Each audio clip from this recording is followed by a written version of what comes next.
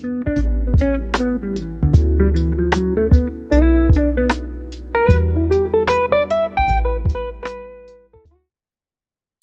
guys, welcome back to the Q&A podcast. I'm Kayana, And my name is Alan. and today we're talking about You Made Me Lose My Self-Control, which is pretty cool. I'm so excited. Frank Ocean lyric. It's a Frank Ocean lyric, and I also want to put in that I picked it. Okay, so let's get started with prayer. Actually, I'll get us started with that one. All right, dear Lord, thank you for this day. Thank you for everything you've done for us. Please be with us. Please help us to speak your word today, and please walk with us. In your name we do pray. Amen. Amen. All right, so we wanted to hop in on self-control today because we felt like it would be a great topic to go over because again, it's something that like we spoke about forgiveness last week, and that was something I needed to work on. And then we're talking about self-control, and it is one of the fruits of the spirit, but it is also something that I guess it's like it's something that we all need to work on. But what we're going to see in this study is that it it affects us in every asset and every aspect and every facet of our lives. So the first verse I want to grab is Proverbs 28:25. And let me wait till you get there. But this verse to me, I'm gonna read it and then I guess I'll break it down. But it's very short. So you there, Miss Okay. Key? Yes. All right. It reads like this. A man without self-control is like a city broken into and left without walls. Okay, so in this verse, it talks specifically about a man, right? But what I think is important with this is that while I guess the noun that is used in this, I guess this statement is man, I see it as being something that's for everyone. And the reason for that is as children or people of God, we should be a safe place and a safe space for everyone around us. And a city is somewhere where you expect to be safe. In the Bible, they had cities of refuge, right? If you committed a sin, like, killing someone, you would go to a city of refuge, you would speak to the elders, and then they would decide, if you had maybe committed this, not the sin, but the, the killing or whatever on accident, you could stay in the city of refuge. So if we're children of God, people should feel safe and comfortable and okay in coming to us in their time of need. Um, and if we do not have self-control, we are not a safe space. A city that does not have its walls is not safe. It is a vulnerable village, and vulnerable villages get raided, and Mm, their people get taken and put into slavery. That's what mm, happens, and when you don't have self-control, you get raided by everyone around you, and you become a mm, slave to your desires. You become a slave to, to everything around you except for what matters, which is God, So having self-control keeps you, but also keeps those around you safe. It's boundaries. Like boundaries are something that no one likes. No one likes to talk. I mean, we say like we're cool with boundaries, but no one likes being told no. Like no one mm, does. Even if you know it's not, even if you know it's good for you. Like someone could tell me right now not to touch the stove, and I'll say, I'm a grown man. I will touch the stove if I want to. And granted, that's stupid, but it's the idea of having an understanding that like, those barriers and those bumpers are in place to keep us and everyone around us safe. So yeah, Ms. Key, what you think? No, I totally, completely agree. I think when it comes to this conversation, that's a great place to start just because it's laying the foundation of like, okay, practically, guys, this is for our benefit and for the people's around us benefit. So I definitely like the verse. I just really think it's hard to take in because it's so Mhm. practical and it's just like if I look at the people around me, I'm just like, okay, the amount of us who have like boundaries or is it self-control, the amount of girls that I go shopping with on the whim, just and we used to spend money. Excuse me. Okay, that's not a female trait. Let's not do that now. This is not a place for misogyny, Miss Key. I did not expect that from you. That's crazy. But all right, misogynoir, actually. Misogyny gets black women, which is crazy, but continue. Sorry. I clearly went to an HBCU. Oh my God. All right, continue. I'm It's sorry. I'm so sorry. rewarding for me. uh, But I just don't think a lot of us have it. And even like when it comes to reading the Bible, mhm. it's it's easy for us to go to the easy verses. And then as soon as things get difficult, we're just like, oh, okay, let's go back to the easy. It's just like when it comes to chasing what you want, the easy way, desires, whatever sparkles, I it's hard. It That's what is. I'm trying to say. The whole concept is hard to do. It can be, but it is very hard to build. Like the Great Wall of China was very difficult to build, but did it keep? No, it actually didn't keep the Mongols out. So bad example. But um, the walls are very difficult to build. You know, Mm, when the Israelites were in captivity under King Darius, and they had to go back, and it was Isaiah. Was it Isaiah? I think who went in, or was it Jeremiah? No, no, it was Isaiah. okay. Jeez. Right? One of them. One of them. Wow. Yeah. I don't think I should be leading these if I don't know what I'm talking about. But one of those guys. Oh my gosh. Oh wow. Okay. I'm sorry. They We're might wasting have time. both been, oh yeah, just a little bit. But they might have both been in the same concept. They might have both been in the reconstruction phase because it took years. So Yes, but I'm pretty yeah, but one of them like got cut up in like they put him in a log and they cut it Jeremiah because it was Jeremiah because they put him in and they put him in a log and they cut him in no, they was talking okay, I'm sorry. I'm getting my prophets mixed up. Israel was wilding at that time. Okay, they was doing a lot of stuff they had no business doing. But when they came back from captivity, that this is where I'm going. When they came back from captivity, God told them that they had to build walls around their city, and it took them a very, very long time to do.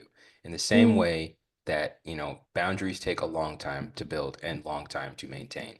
Because mm, for me, for a long time, I didn't really have boundaries, because it, it boundaries isn't always just like, I don't know, like just saying no, it's like understanding why there is a right. no and being able to not just explain it. And it's not just explaining it to those around you. 9 times out of 10, it's explaining it to yourself. Because usually when you tell someone no, they're like, unless they're crazy, they're like, all right, cool, I don't care. But like sometimes you have to say, but why did I say no to that situation? Why did Mm, I not go there? And you have to say, I'm okay with that because of the boundary that I had already established in my mind at that time. So it doesn't feel yeah. like, oh, I don't know, I missed out or I lost something. So I don't have FOMO, fear of missing out, because I never wanted to be there in the first place. So, yeah, but sorry, a lot of Yeah. words. No, I think that's good. It reminded me of principles because God Yeah. teaches us a whole like in Leviticus and Exodus or mainly Leviticus and Deuteronomy. Hmm. God's just like this is what you do. Let's be set apart. Be holy Hmm. for I'm holy. Hmm. And man, if they didn't have self-control, they wouldn't have put up really good boundaries for themselves, repeating those messages, and they Hmm. would break all of those principles. Hmm. Like Absolutely. it all can't stand if you don't have that self-control at full. Because that's Absolutely. your full protection right there. Hmm. And then everything else. Hmm. So Absolutely. Absolutely. Absolutely. Absolutely. All right, Miss Lady. You want to take that next one? yeah, I Let's get it. will do Galatians I can pull my 5. phone. Precious, precious phone. All right, you said Galatians 5. Yes, verses 22 and 23. Hold on. I'm slow. I am, because I was in the Old Testament. That's why. All right, you Mm, said Galatians 5 yes, in 22, 23. yes. Gotcha. All right, let's do it. It says, but the fruit of the Spirit is love, joy, peace, patience, kindness, goodness, faithfulness, gentleness, and self control. Against such things, there is no law. And low key kind of reminds me of what I just said, because the law part is really interesting that it said law. I don't know. That was just like random thought process. But yeah, so self control is not a mere human effort, it's the fruit of the Spirit. So yeah, it's not just the whole I'm gonna do this. And I feel like we understand that with through all of our podcast episodes. I think we've stressed that this can't be done on my own. Absolutely. Um So that's great. I mean, it also connects the to spiritual maturity and the process of sanctification. Because obviously, as soon as you get baptized, you're not going to just jump and have these things. Like you said, it takes time to build these walls. So it takes time to build this character as well. So, Absolutely, absolutely, absolutely. I think so. I like this verse because it gives a clear blueprint on like what you need to do to be not just agreeable, but be someone who is for lack of better terms, like a perfect person, you know, mhm, because someone who loves people, someone who's joyful, someone who has peace, who's patient, who's kind, who does good things regularly, who is faithful in their commitments, regardless of what they are, who's gentle, has self-control, and against all these things there is no law, because yeah, what law is there that you can't, be loving to people? What law is there that you can't be happy? What law is there in the Bible, at least, that you can't have peace? The Bible's the like God talks about how he wants to give us peace. He talks about how he came here to spread love and kindness. And these are things that are um they are a part of God's care. When they're a part of God's character, and I like how he put them like as fruits, because it's like it's like was it like a counter, a foil. Yeah, it's like a mhm, foil to if I'm using that English term right, but it's a foil to the tree of the knowledge of good and evil, right? mhm. So in the tree of the knowledge of good and evil, those were fruits that once you took them and you ate them, you lost, that access to God. But if you go to this tree that has, these fruits of the spirit, you can eat from this tree, and by eating from this tree, you can then gain access to God in in the way that Adam and Eve initially had it in the Garden of Eden.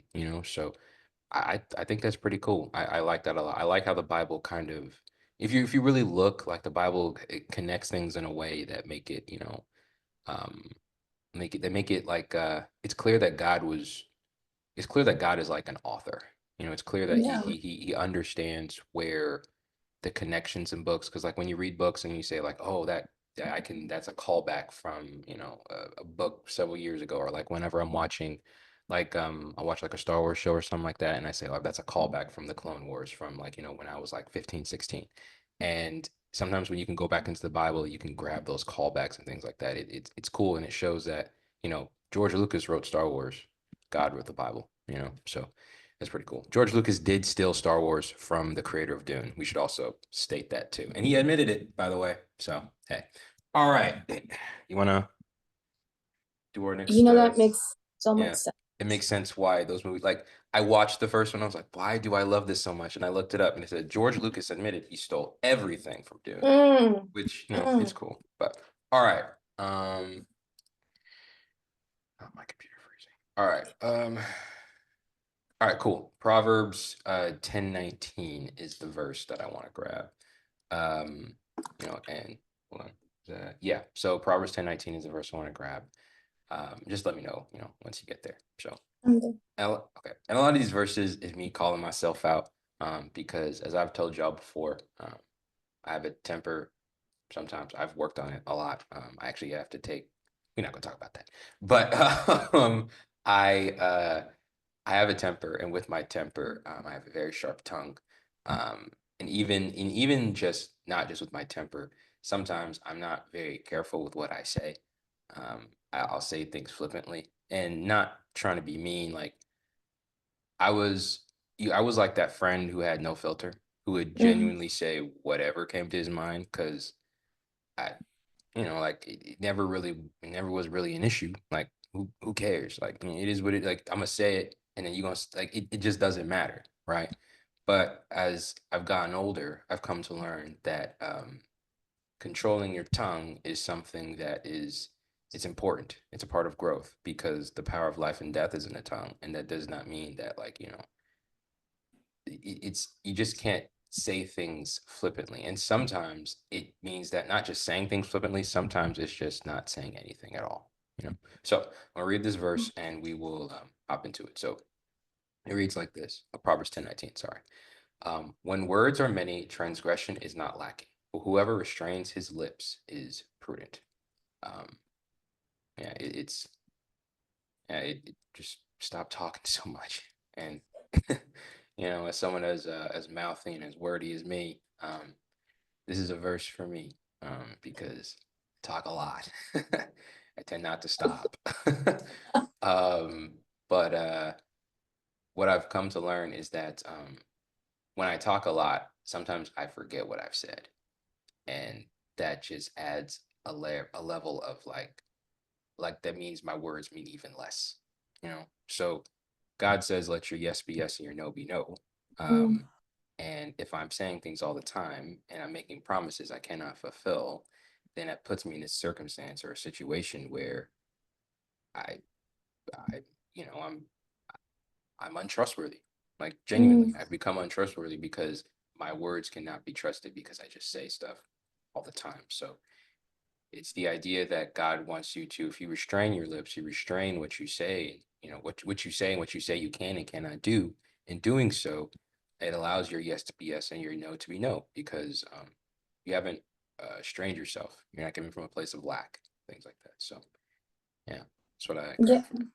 I love it. That's like such a beautiful and personal point because I'm just like, I feel like it's easy to get carried away when you're talking, especially when you're talking to that good friend and you just be chatting and it's just all the tea be spilling. And Yeah. now it's just like, I don't think this is how the Lord intended us to be doing. But I love how God brings intentionality to everything that we do. Absolutely. And talking is just so easy. Hmm. And it's just, the more comfy, the easier it is. Hmm. And I just love how God's just like, nah, it's time to be sensible. Like this is the moment where you be very, I guess, mindful. And I think that's a lot of training because some people don't even have like who trains their kids about like how to be intentional in speaking. Maybe there are some parents. Never mind. Okay, maybe Oh some. yeah. It's Oh like, yeah. wait, Like what? Yes. not to There are me. parents to do that. It's not, and not that it's a bad thing. It Yeah, honestly, it's a good thing. It is a good thing, because yeah, we would say something, and mom would be like, "That was pretty dumb. Don't say that again."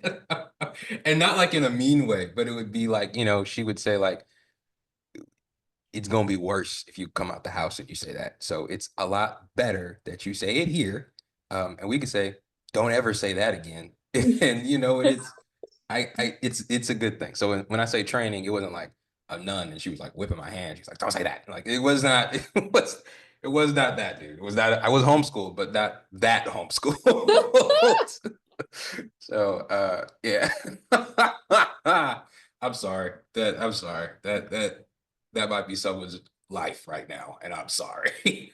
I apologize. Wasn't mine, but I'm sorry. Okay. Yeah, I should not have said that. So see, look at that. Restraining of my lip. I should not have said any of that. I should have just let it rock and ride.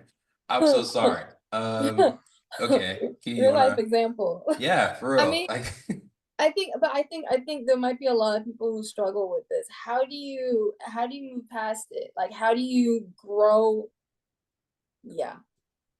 I think for me is I ask God um to like change my heart and change my heart posture, Mm, because I've come to realize that if you I it's how do I say this? Like whatever is on your heart tends to be what comes out. Because like how they mm, say like a drunk person, or like a hungry person, or when you're tired or whatever. Whenever you're in an uncomfortable circumstance, right? Um, who you are tends to be what comes out, and that tends to be that tends to be kind of I guess maybe with what you say, because if you like blurt things out and you say things, that was what was on your heart the whole time.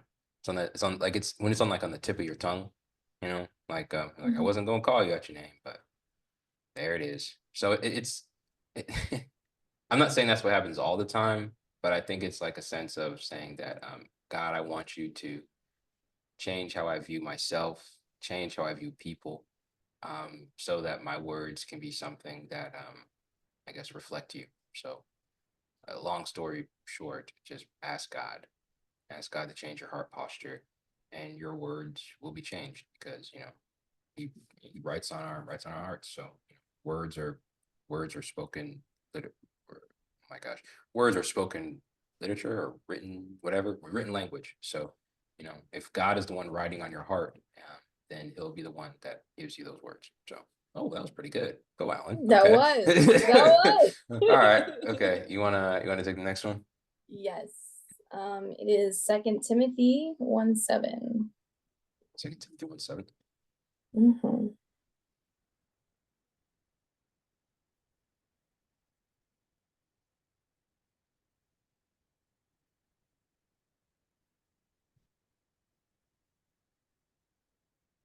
Good. It says, "For God gave us a spirit not of fear, but of power and love and self-control." And I only had one point because honestly, it was just so beautiful. And it was like, self-control is the identity, is like the spiritual identity that God gave us. And I think like kind of like as you mentioned how you wanted God to just like purify your heart, like, hey God, if you change my heart, you'll change my words. It'll just naturally happen. And I think if you know your identity, you'll ask that. Like, like some people are like, oh no, this is just who I am. Like I'm always gonna be this way, I'm always gonna cross, I'm always gonna be, something. So I think if you know that you're called to be set apart, you're called to be different, uncommon, then you're gonna go towards it. Even if you think it's impossible, you're still gonna lean there. So, absolutely. I think when I was a kid, we heard this Bible verse, but it was um uh, for the I'm sorry, I'm gonna read it one more time because Mm-hmm. it was, yeah, for God gives us a spirit of fear, but of power and of love, and not of self-control, but of a sound mind, right? Mm. And it was the idea that self-control can give you like a sound mind, Mm-hmm. because like you said, when your self-control gives you an identity, when you know who you are like your mind is at least for me, my mind is locked. Like it's good. When I know when I know who Alan Reed is, there is nothing else for me to worry about, right? Because everything else is gonna come and it's gonna go. I'm the only person I'm gonna have for the rest of my life.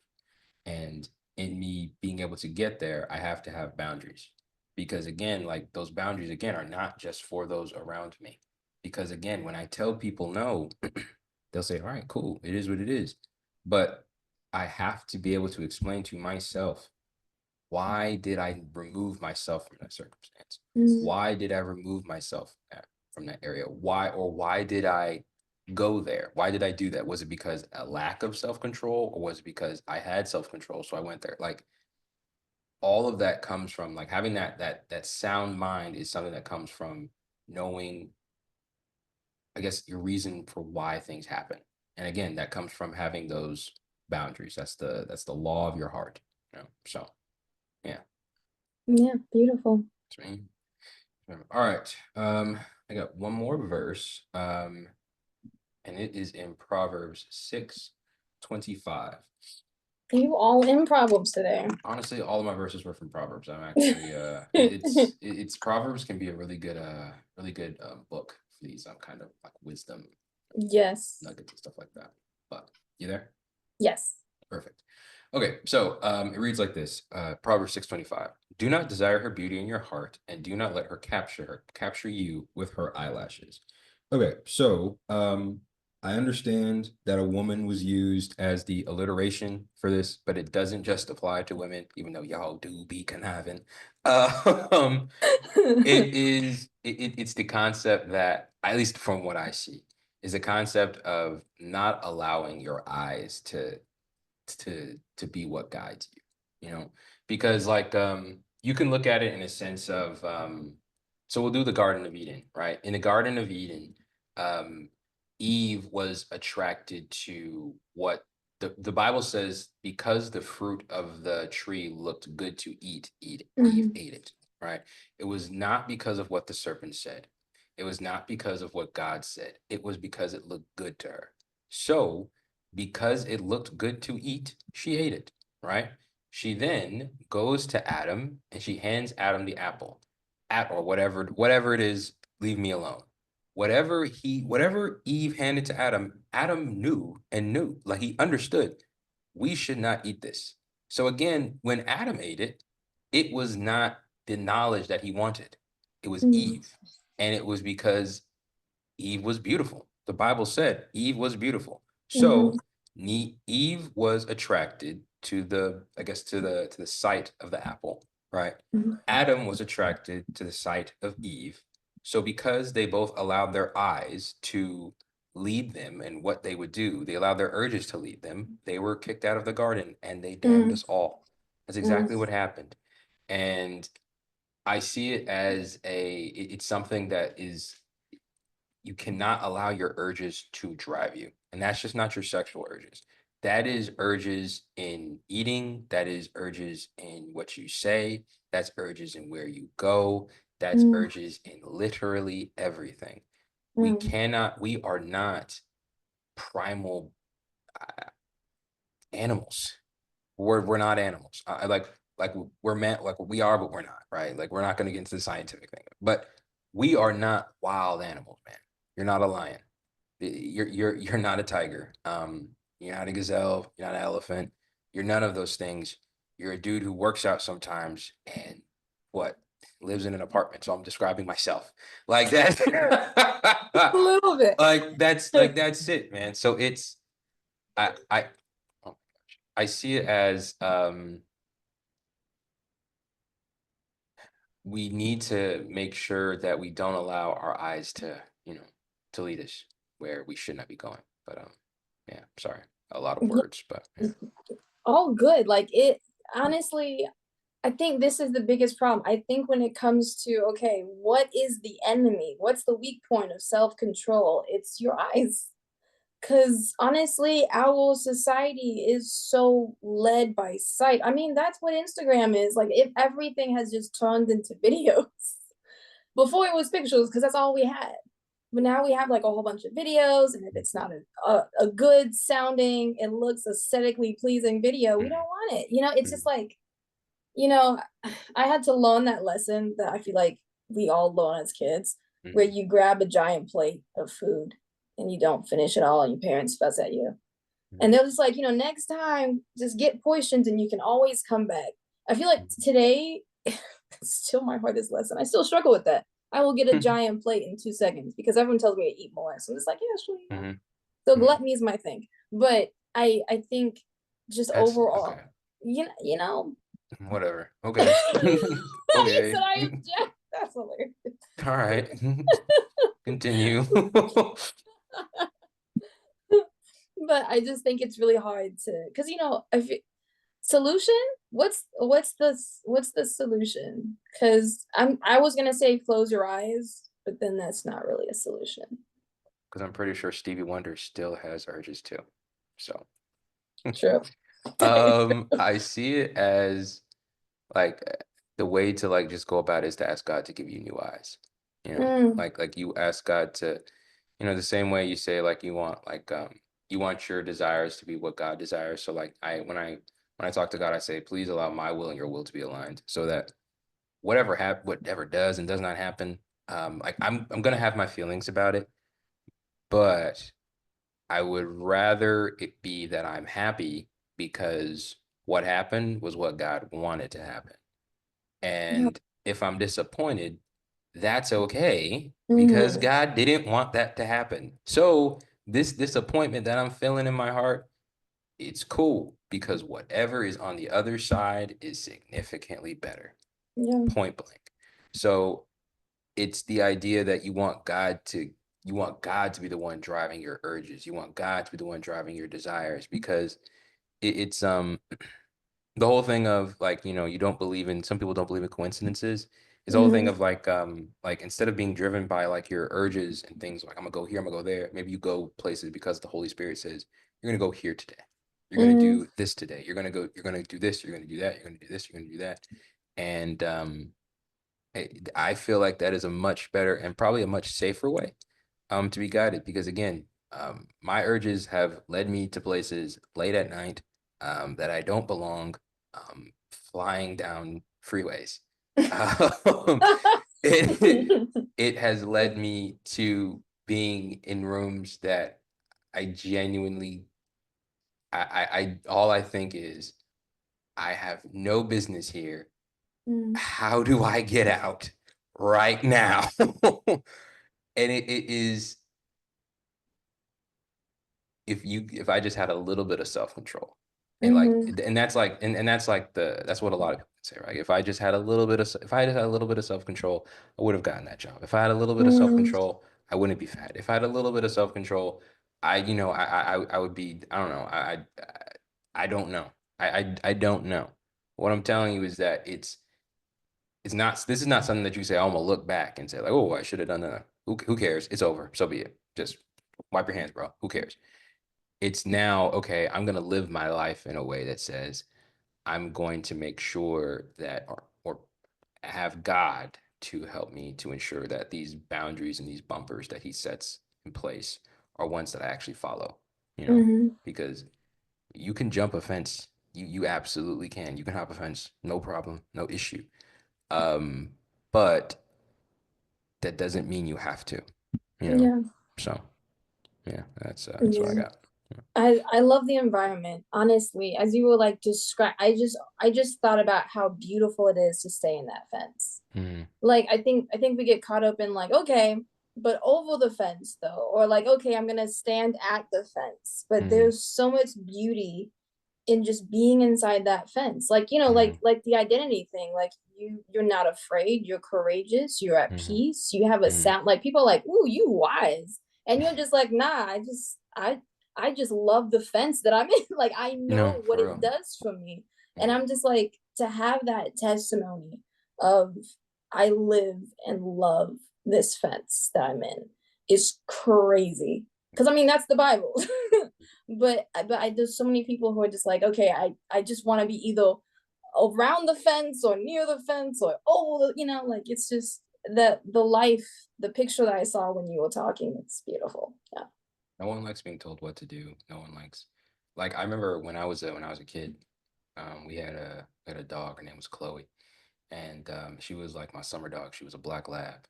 Mm. And by little side note, my uncle got rid of her once I left Alabama. They took my dog and they threw her over the fence and gave her to the pound. And I never saw Chloe again. So childhood trauma. Uh, but when my grandma was living, she still lives in Huntsville, but she lived off. I ain't finna tell y'all where she stayed, but where she stayed was in a neighborhood, and in this neighborhood there were two pit bulls. Right, her neighbor Mm. had two pit bulls, a boy and a girl, and Chloe would stay at my grandma's house, and I play with her in the yard. And what Chloe would want to do is she would want to go play with them pit bulls, and I would tell her, first off, those pit bulls had killed a deer, Key.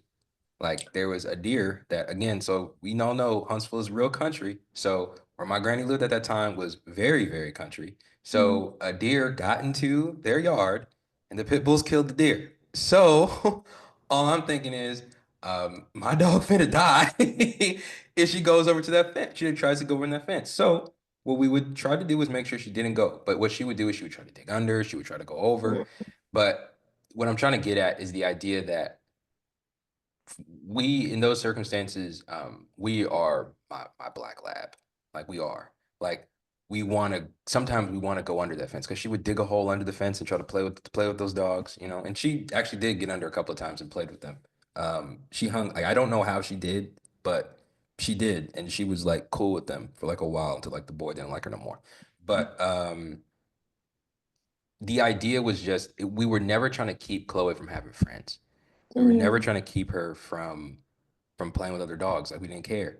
But it was the idea that if you go over there, that could be very bad. That could be very dangerous for you, right? And it's the idea again of those boundaries. Like God, it's not that God saying, it's not that I don't want you to hang out with those people. It's not that I don't want you to go there, but you are not equipped. You're not prepared. Mm. So you go, like, that is not your mission. Mm. It's not. It just isn't. And that's something like with David, right? David wanted to build the temple, and God told him, "You are a man after my own heart, but you're a man of blood. So no, that's not your mission, son. But what you can do is you can save up a bunch of money for your boy to build it. So it's not the idea that Okay, so my fig tree, the leaves of my fig tree are falling off now. It's not the idea that it's not the idea that God doesn't want us to do things, but it's the idea that sometimes it's just not the best thing and it's just not where we're supposed to be. So Mhm. yeah, that's it. My fault. But yeah. No, that's good. I love that you mentioned David and like the whole mission part because that would be us, especially some leaders that are listening and watching who Mhm, have like a calling on their heart and they want to take over the world. I'm mhm, partly one of them. And you got a whole bunch of different talents, and you're like, oh, I mhm, can do this, I can do that. And God's like, no, that is not your mission. I mhm. need you to have self control, put some boundaries up, Yeah. and follow where this one line that I'm Mhm, leading you. And it'll eventually lead into all the talents that you want to do, but mhm, you gotta focus it on the one path. mhm. And that's my problem currently. Mhm, So mhm. Well, I mean, if we ask God to give us the wisdom to maybe prioritize things, again, boundaries, you can't do everything at one time, so just give me a right, list. right, Asking God to do that for us, that's a list that probably, probably the best list that we could probably try to accomplish if God made it. right, So, right. yes, man. You want to grab your last verse or? Yes, it is Titus 2:11 through 12.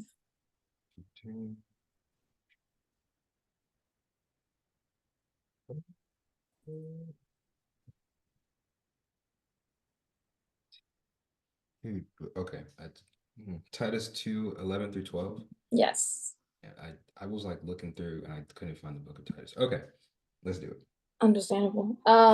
For the grace of God has appeared, bringing salvation for all people, training us to renounce ungodliness and worldly passions, and to live self-controlled, upright, and godly lives in the present age.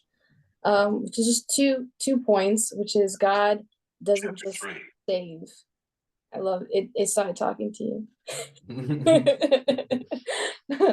God, grace doesn't just save; it trains us to really live godly lives, a life of self control, and put away all of the things that we're not supposed to have. Self control is part of the Christian witness in this present age, which is like, be ye holy, for I am holy. It's along those same lines, and I like how it mentioned ungodliness and worldly passions because those words are just so strong.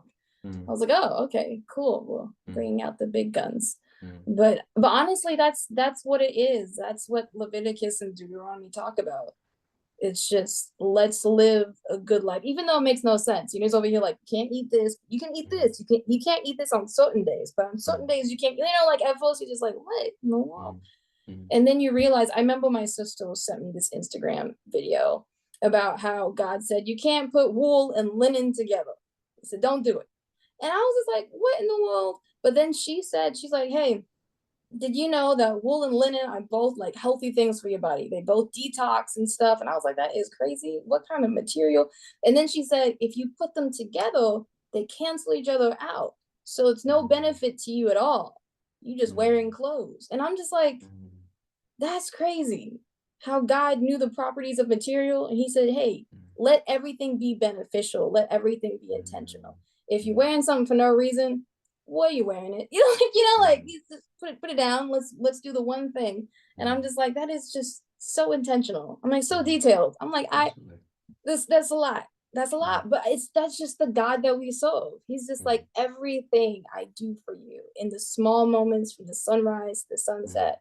mhm. It's so intentional because I love you and I'm calling you to live an intentional life too. It's just Absolutely. I'm like, man, I'm gonna have to start being detailed oriented. So Absolutely. Absolutely. Absolutely. It's creation. Creation was is boundaries.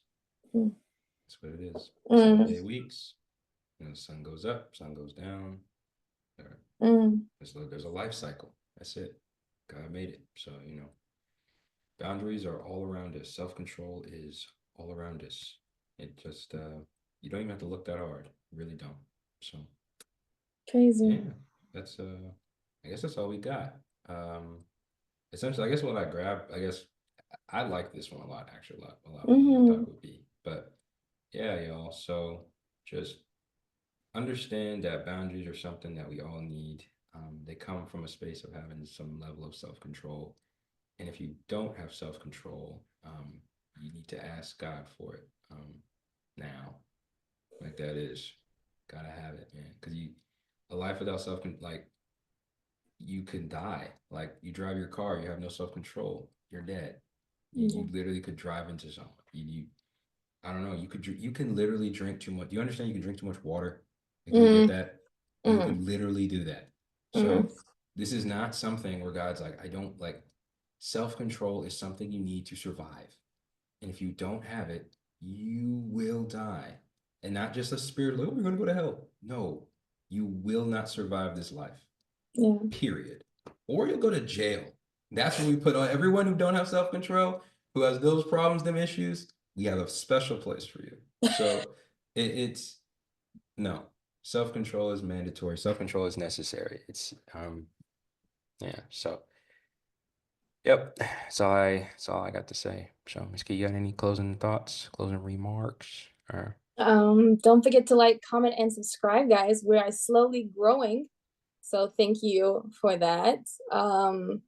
Comment your favorite verse. I actually want to know which one hit you hard. hmm, Let us know in the comments. please do, please do, please do. And if you say a verse that was not one that we talked about, we will ignore it because it, she specifically said verses that we gave. But if you do want to give some, I'm sorry. I probably shouldn't have said that. Please write what you want. Write what you want. Okay. Key, you wanna pray us out? Yes. All right. Dear God, thank you for the lesson. And although we are humans and we are struggling, thank you for making it so easy for us to call out to help from you. Please be with us and thank you for taking care of us as usual. In Jesus' name, amen. And all right, y'all. We will see y'all later.